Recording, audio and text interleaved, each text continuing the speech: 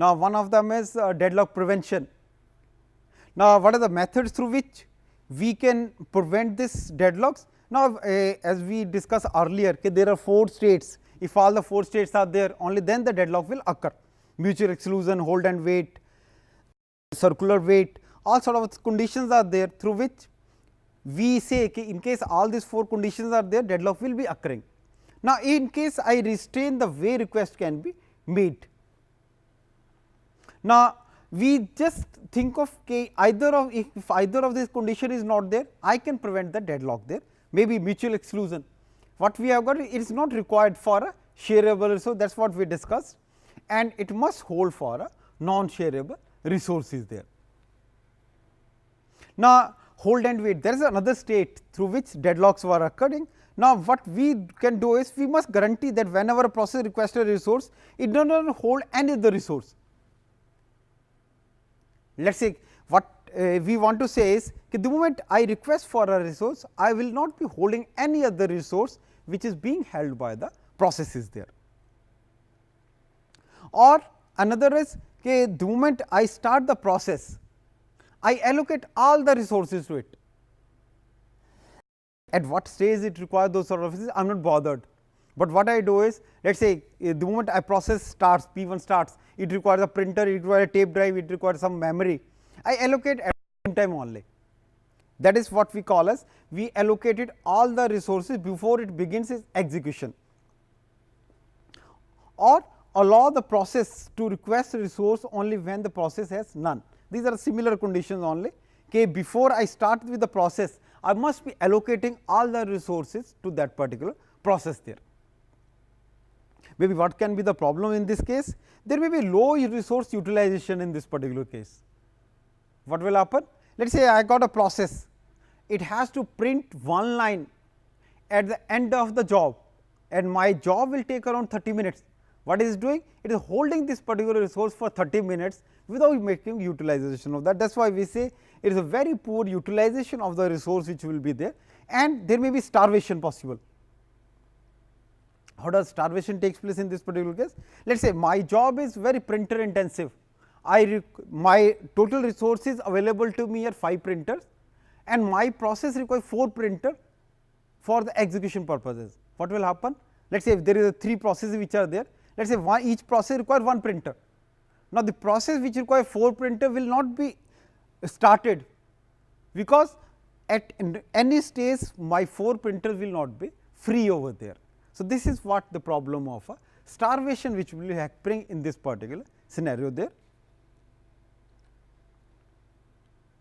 and we go for the no preemption. Now, what does this no preemption principle means? As I said, I cannot preempt the resources held by the other processes, but we would like to make certain changes into this particular thing. If there is one process which is holding some resource, it requests for the another resource which cannot be allocated. What will I do? We will be taking back all the resources from it, so that it can be given to some other processes there. That is what we say, then all resources currently being held are released. Release means it has to release all the, that is what we protocol which we have got. The moment it requests for a resource is not available, what will I do? I will take back all the resources and put it in the common pool, so that other processes can make use of the resources, and we just preempted resources are added to the list of the resources for which the process is waiting. Now, what will happen? Maybe this process is waiting, but the process resources which has been preempted from this particular process can be utilized by some other processes there, and process will restart it only when it regains all its old resources. Whatever old resources were there, once it regains all the resources there, then it will start this particular process there, and we try to stop this sort of a circular wait. What we do in this particular case is we try to impose some sort of a ordering in this particular case. Each of the resources based on its priority, based on its resource type, we try to number it up, and allocation is also based on the numbers only. So, this way my circular wait will not be there. So, this is methods through which I can prevent the occurrence of the deadlock there, meaning thereby whatever are the 4 conditions which were there, In case I can avoid either of the condition, my deadlock will not be occurring in that particular case. Now, another method of deadlock avoidance is, in case I got a priori information that whatever the resources which I will be requiring. Now, simplest is, in case I get to know what is the maximum number of a resource I will require for a particular resource. I may not be allocating all the resources at that particular moment, but I will be holding in my resource bank, okay, these are the resources which he will be requiring, I must hold it back for my processing there. Now, my deadlock avoidance algorithm can find out that there is no circular weight in the situation there, and my resource allocation state is defined by the number of available and the allocated resources and the maximum demand of the process is there. So, this is a you can say it is a matrix where we define number of available resources, allocated resources and the maximum demand of the process which will be there. Now, when do we say it is in my system is in the safe state, okay, when processes request an available resource, system must decide if immediately allocated leave the system in a safe state. Okay, whatever resources I require, in case those are available, then I say my system is in the safe state. Now, what is the safe state means? Okay, my processes which are there, they are in some sort of a safe sequence there. Okay, the way they are executing, they will be executing in such a way that all processes goes for the in a sequence whereby each process as such can be executed over there. Now, this is what we say is a safe state. Let us say this is my sequence of execution.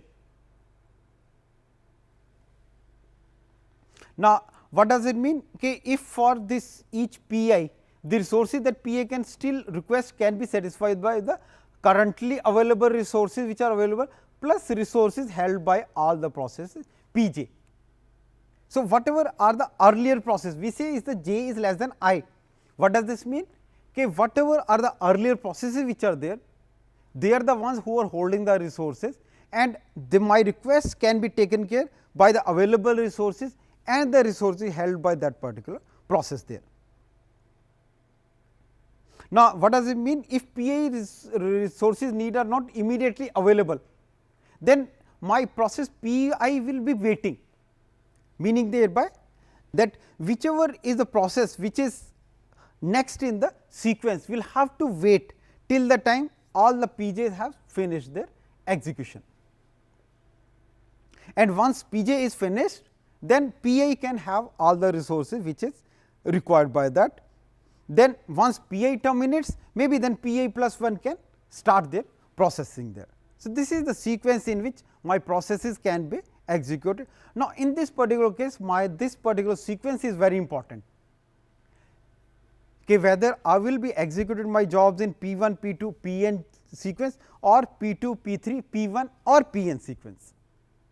My idea of this is okay, this particular resource, currently available resource plus resource held by all P j should be all the time satisfied, only then my system will remain in the safe state. Now, these are some of the basic facts which are there. If system is in the safe state, then no deadlock can occur. That is, all my processes which I wanted to execute have got all the resources which it requires for the execution, either it is being held by the earlier processes or they are available in the pool there. And next, if my system is in the unsafe state, then there is a possibility a deadlock will occur. What does it mean? My unsafe state does not mean my deadlock. Okay, there is every possibility there can be some sort of a deadlock which can occur in this sort of a state there. Now, this is the two cases which are there. One is if my system is in the safe state, there is no deadlock which will occur, but if it is in the safe state, there is chances that my system will enter into the deadlock state. How do I avoid? Okay, we ensure that a system will never enter into a unsafe state. In case I can guarantee Okay, whatever processes I am executing, they will never enter into the unsafe state. I say I can avoid the deadlocks there. So, this is what we say it is a safe, unsafe and the deadlock state. Now, this whole area is my safe state, meaning thereby if my processes are in this particular state, then they will never enter into a deadlock. Now, this is a boundary which we say boundary of the safe and the unsafe states. Now, if it is in the safe state, it will never enter into deadlock, and this is the area where some sort of a deadlocks can occur. But occurrence of deadlock may be limited to very small area. Okay, there may be very small area where my deadlocks are occurring, but still my system is in the unsafe state. So, this is you can say graphical representation of the safe, unsafe and the deadlock state. I may be in the unsafe state, but I may not be in the deadlock state. But if I am in the deadlock state, certainly I am in the unsafe state. But if I am not in the deadlock state, it is not guaranteed that I will not be in the unsafe state. But in case I am in the safe state, it is guaranteed I will never enter into the deadlock state. Now, we have got one algorithm, we say it is a resource allocation graph algorithm. There is a claim edge, Pi has claimed this particular resource R j, indicated that process P j may request a resource R j represented by the dash line, and claim edge converts to a request when a process requests for a resource there. And once a process releases a resource, then assignment edge reconverts it to a claim edge. Okay, I will be claiming that particular resource, but I will not be allocated that particular resource there. I can claim a lot of things, but the things may not be allocated to me. This is a basic principle where we work. Now, only working principle in this case is okay, whatever are the resources I am looking for in the priori state. What is the priori state? Okay, I will be looking it for all the resources before starting the process as it is. So, this is what we have got resource allocation graph for a deadlock avoidance. Okay, there is P 2 is just claiming this sort of resources, but this sort of resources has not been allocated to him. Whereas, this is unsafe safe in a resource allocation graph, maybe this sort of a resource R 2 has been allocated to the process P 2, maybe this will lead me to the unsafe state. So, this is what we have got. Okay, this is a claim. Okay, both these processes P 2 is claiming R 2, P 1 is claiming R 2, but this is how this look like. This R 2 has been allocated to the process P 2, maybe this can lead us to some sort of a unsafe states, whereas P 1 is also claiming to for the resource R 2 which has not been allocated to him. Now, there is a very famous algorithms which we say is the Banker's algorithm, maybe that is based this is based on the safe state algorithm. Okay, what are the basic principles of this? We have got a multiple instances of this particular resource. This is one of the characteristics, and each process must have a priori claim max of the maximum utilization of this sort of a resources there.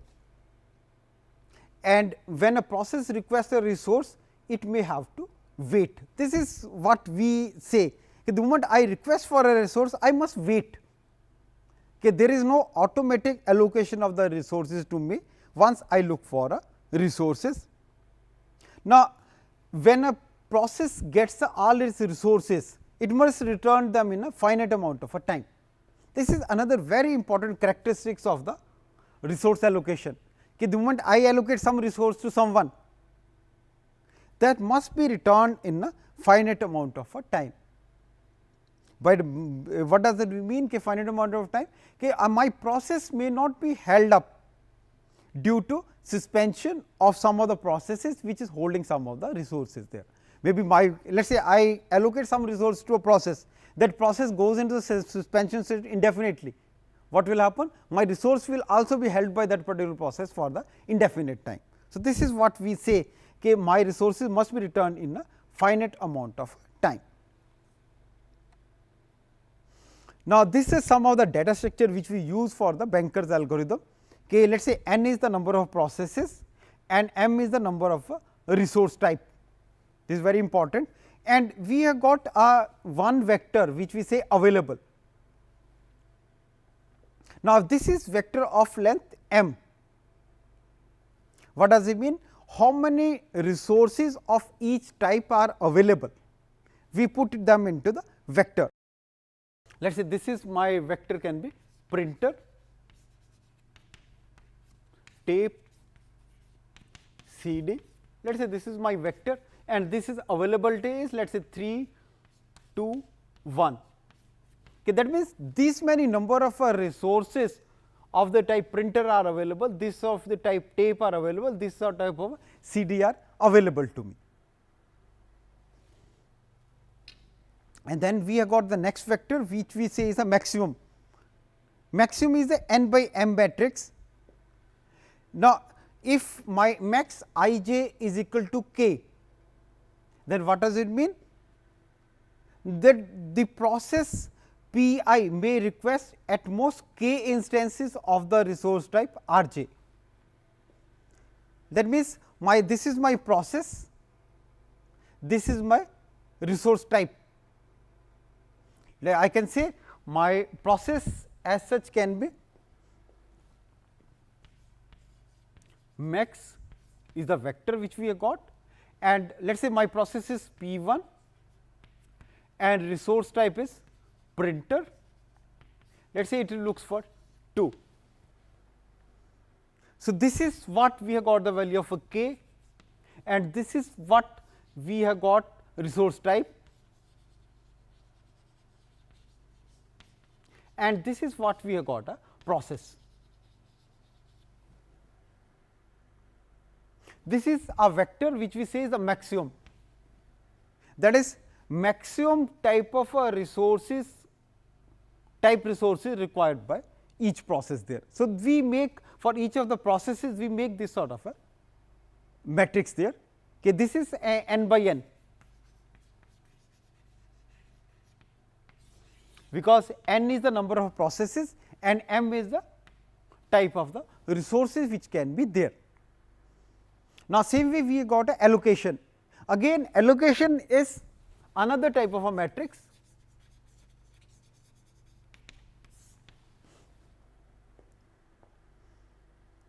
That is my allocation I j is equal to k. That is maximum printer required by process P 1 is 2, but my allocation for P 1 for printer can be only 1.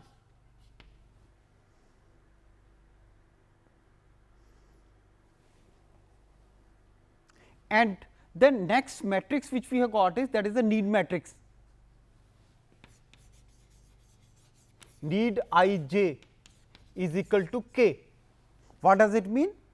Let us say I need my process, let us say I can say need P 1 and printer, let us say it is a 1. What does it mean? Okay, I have been allocated one printer and maximum printers which I required for a process are 2. So, my need is for one additional printer over there. That is, I have been allocated some resources, I need some resources, and this is the maximum which we require for a process there. So, these are some of the matrices which are there. One is what are the maximum resources available, then maximum resources which I require for a process, and then what are the resources which has been allocated to one process, and how many processes, how many resources I needed by that particular process there. So, these are some of the matrices which we make once we are to have this sort of a Banker's algorithm. Now, how do I find out my need? My need I j can be maximum I j minus allocation I j. What does it mean? Okay, corresponding to process P or process I and resource type j, my need is maximum which I require and the allocation which has been done. If I subtract them, I will get the needed resources over there. As I said, okay, as far as the printers is concerned, let us say I require 2 printers, that is the maximum, and what has been allocated to me, let us say 1 printer, and how much more I need, let us say I need 1 more printer there. So, this is what we say is the data structure for this sort of algorithm. Now, this is what we say is a safety algorithm. Now, what we try to find out whether my state is in safe state or not. Now, we define 2 vector work and a finish, we vector of length m and n respectively, and we initialize finish with false, that is each of the processes which are there, they have not been finished, and we find I such that both finish I is false and need I is less than equal to work. And if no such I exist, that means we are over, we go to the step 4, and if it is not, we just go for the allocation there. So, this is the simple safety algorithm which we have got. If it is my required is less than equal to work, we if no such I exists, that is there is no process for which needed is less than equal to work, then we go to step 4. Okay, there is whatever is resources which are required, they are available, otherwise we just allocate that number of resources there. So, this is very simple algorithm through which my safety algorithm works. Now, how do we go for a resource request algorithm for a process P I? Because obviously, any process has to request for a resource there. Now, we say there is a request vector for the process P I. Okay. For the process P I, we have got a request vector through which we are requesting. Okay. If request I j is equal to k, then the process P I wants k instance of the resource type R j. Now, if request is less than equal to needed, we just check whether they are available or not. My requested is less than equal to needed, then I go to the next step whether they are less than equal to available there. If they are available, then we go to step 3, otherwise my process P I has to wait. What we check is my request is less than equal to needed, we say yes, it is there, then we go to the next step. Are they available whatever I request? If they are available, we go to the step 3, that is allocation, otherwise P I process will have to wait for the resources there. Now, first of all, we pretend to allocate request resources to a P I by modifying the state as follows. What we do is, we do not actually modify it, but we try to see, we try to pretend if I allocate this particular resource, what will be my state? Now, if I still remain in the same state, I allocate, but if I do not remain in the same state, I do not allocate there. That is what we do, we just make, this is what we make as a, I can call as a pretending. Available is equal to available minus request, and allocated is allocated plus request, and need is need minus request. Now, if I am in the safe state, then the resource R is allocated to the process P I. Otherwise, if it is unsafe, then P I must wait and the old resource allocation state is restored. I have got a state which is my earliest state. What I do is, if I try to allocate the resource, I try to see whether I still remain in the safe state or not. In the safe state, it is fine. If I do not remain in the same state, I bring it back to the earliest state which was my safe state, and P I will have to wait in that particular situation there. So, this is what we say is an example of Banker's algorithm. Let us say there are 5 processes P naught through P 4, and there are 3 resource type A. A has got 10 instances, B has got 5 instances, C has got 7 instances. So, this is what we have got as if there are 3 processes A, B, there are 3 resources A, B, C, these are 5 processes which are there. Now, this is what we have got a allocation, maximum and available. This is what we allocate. What does it mean? I have not allocated any resource of the type A, I have allocated one resource of the type B and I allocated 0 resource of the type C, and maximum it requires let us say this value and available are this. So, same way for each of them states, this is what we say is the allocation there. Okay, this is what we say is the allocation and this is what it requires at the maximum there, and maybe this is what is available to me. Now, based on this I define some sequence for P naught to P 4 through which this sort of processes can be executed. Now, this is how we define content of the matrix, need is defined maximum minus the allocated. Okay, whatever are the maximum resources required minus the allocated, this is what it forms as a matrix there. Okay, this is the need matrix. Okay, process P naught will need 7 resources of the type A and it has been allocated 0 of the type A and it requires 7 minus 0, it will give you the 7 there. So, this is how this sort of a need matrix has come. Now, this system is in the safe state, since this sort of a process, if I just work out, okay, if my state is in P 1, P 3, P 4, P 0, P 2 and P 0, if I execute in this sequence, my processes will be in the safe state there. Now, how do I find it will remain in the safe state? Okay, let us say there is a request for the resource for the process P 1, there is request 102. What does this request 102 means? Okay, for the type A I need 1 resource, for the type B 0 and for the type C I need 2 resources. Now I check request is less than equal to available. Yes, this is true. Then I just try to allocate this. Allocate, I first of all pretend if my process still remains in the safe state, I allocate, otherwise I will not allocate them.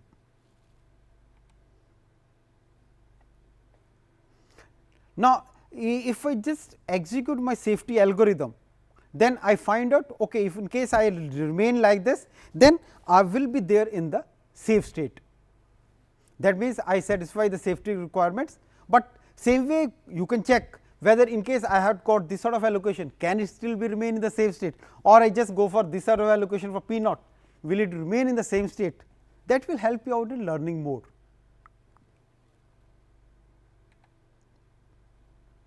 Now, how do I detect the deadlocks? That was a initial was a prevention, now is a detection. Okay, allow system to enter into deadlock state.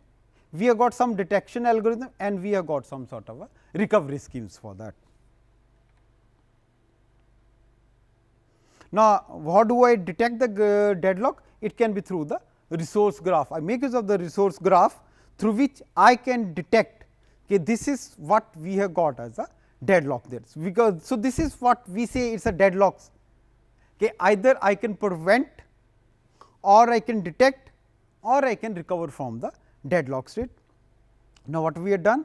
Okay, we have discussed about various methods through which I can detect the deadlocks. As I said, okay, there are 4 conditions through which this sort of a deadlocks can occur. Okay, what is the necessity condition? Okay, all these 4 conditions should occur simultaneously there. So, once a deadlock has occurred, how do I detect whether the deadlock has occurred? We go over the resource graph there. Now, we just check for the condition for the deadlock to occur and we go for the resource graphs there. So, this is what we have discussed today, okay, various aspect, okay, how exactly a deadlock occurs, how can prevent and how I can avoid this sort of a deadlocks there. Thank you very much.